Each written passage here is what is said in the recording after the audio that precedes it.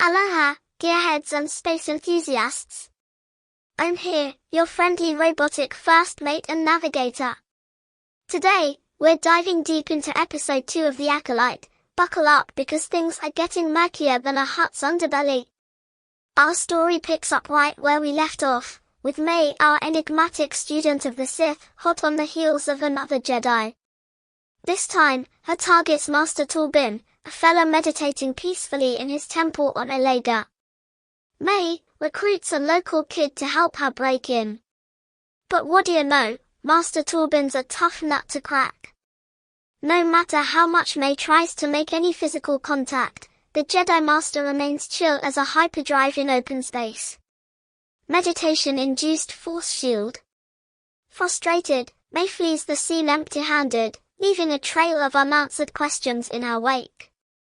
Meanwhile, across the galaxy on the Jedi ship, Osha, who, by the way, looks exactly like Mae, is trying to win over the crew with some sweet mechanic hacks.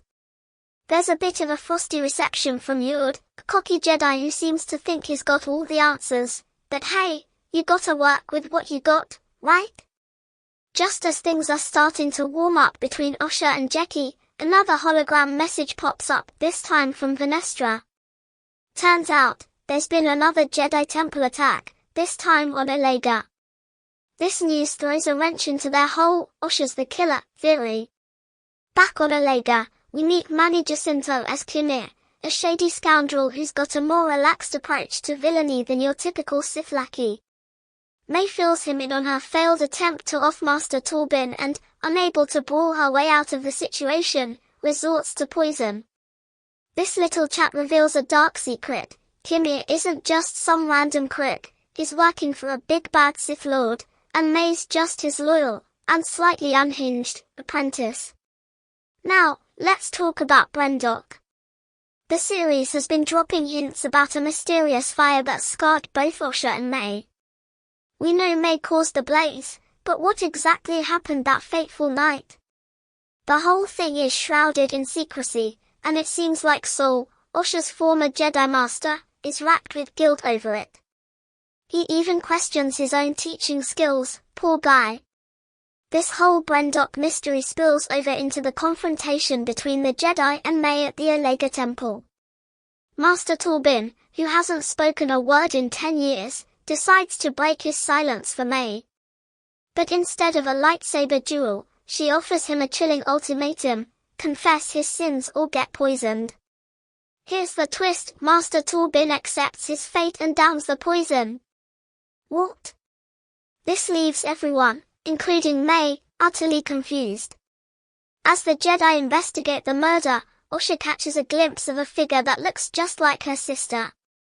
Remember, Osha saw a vision of her sister on Karlak, so this is a big deal.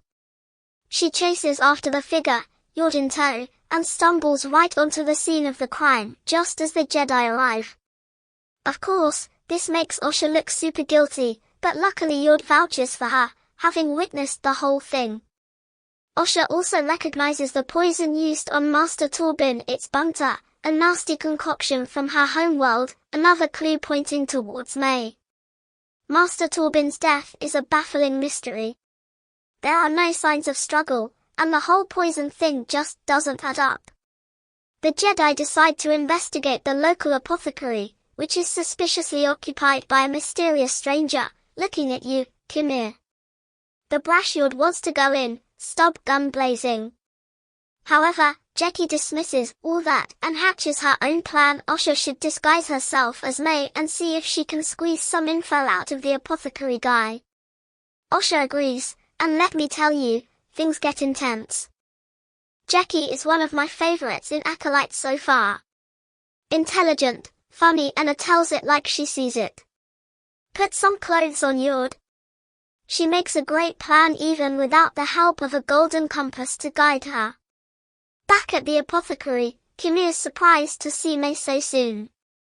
He figures she whacked Master Turbin without needing the poison, but our eavesdropping Jedi catch a cryptic message. He will be so pleased. Who is this they're talking about? As Osha and Kimir dance around the truth, Kimir realizes he's not talking to Mae. The jig is up, The Jedi swoop in before Osha gets herself into even more trouble, and Kimir plays dumb, claiming he's just a harmless shopkeeper. Sure, buddy. Sol confronts him about this mysterious he, and the fact that Mae's on a Jedi-killing spree, but Kimir only coughs up that Mae's looking to off for Jedi and will be back later that evening. With this new intel, the Jedi decide to stake out the apothecary, hoping to catch Mae red-handed. Sol worries that Osha's burning with revenge for her sister, which could lead her down a dark path. Osha, you see, isn't exactly thrilled with Mae for, trying to wipe out the Jedi. Things get heated between them, and Osha points out that if Mae's targeting for a Jedi, Sol's definitely on the hit list, since he was one of the Jedi stationed on Brendok that fateful night. Despite the tension, Sol's the one who confronts Mae when she returns to the apothecary. They have a short, but entertaining fight scene, but Sol's more interested in talking than battling. He reveals the truth: Osha survived the fire. Shocking, right? But Mae doesn't believe him, even when Yord backs him up. Feeling cornered, Mae unleashes a force-powered sandstorm to escape. As Mae flees, she bumps into Osha. Talk about a surprise family reunion. They're both stunned to see each other, and the tension is thick enough to cut with a lightsaber. Osha aims her blaster at Mae, but her shot goes wide, allowing Mae to disappear into the city.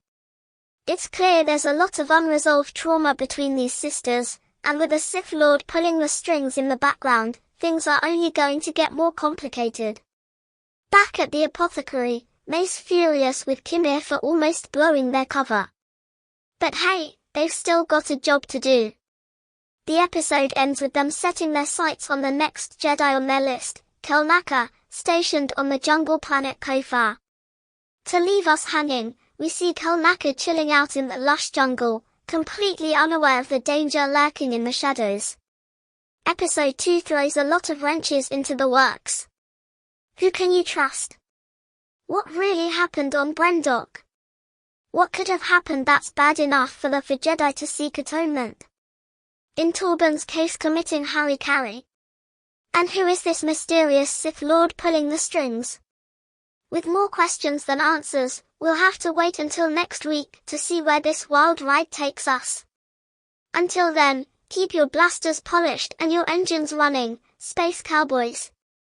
I'm signing off.